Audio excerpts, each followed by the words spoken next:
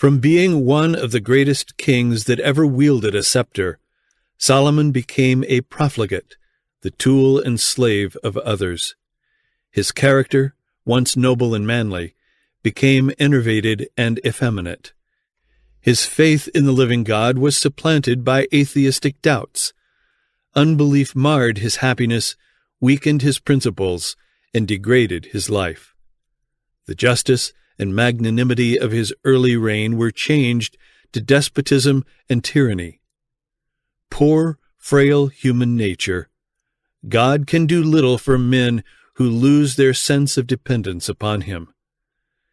During these years of apostasy, the spiritual decline of Israel progressed steadily. How could it be otherwise when their king had united his interests with satanic agencies? Through these agencies, the enemy worked to confuse the minds of the Israelites in regard to true and false worship, and they became an easy prey.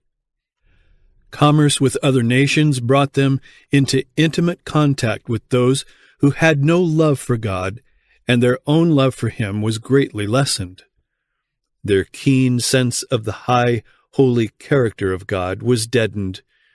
Refusing to follow in the path of obedience, they transferred their allegiance to the enemy of righteousness. It came to be a common practice to intermarry with idolaters, and the Israelites rapidly lost their abhorrence of idol worship. Polygamy was countenanced. Idolatrous mothers brought their children up to observe heathen rites. In the lives of some, the pure religious service instituted by God was replaced by idolatry of the darkest hue. Christians are to keep themselves distinct and separate from the world, its spirit and its influences.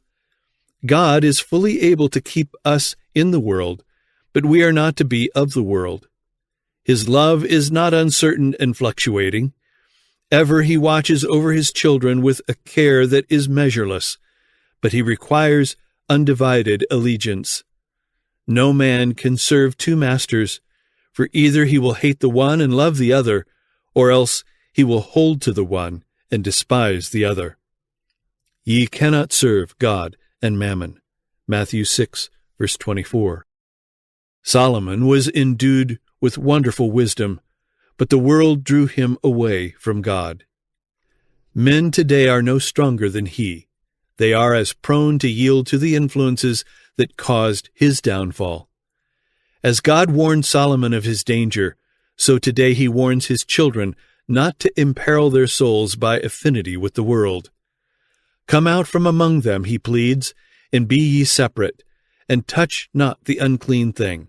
And I will receive you, and will be a father unto you, and ye shall be my sons and daughters, saith the Lord Almighty.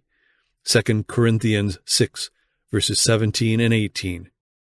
In the midst of prosperity lurks danger. Throughout the ages, riches and honor have ever been attended with peril to humility and spirituality. It is not the empty cup that we have difficulty in carrying. It is the cup full to the brim that must be carefully balanced. Affliction and adversity may cause sorrow, but it is prosperity that is most dangerous to spiritual life. Unless the human subject is in constant submission to the will of God, unless he is sanctified by the truth, prosperity will surely arouse the natural inclination to presumption. In the valley of humiliation, where men depend on God to teach them and to guide their every step, there is comparative safety.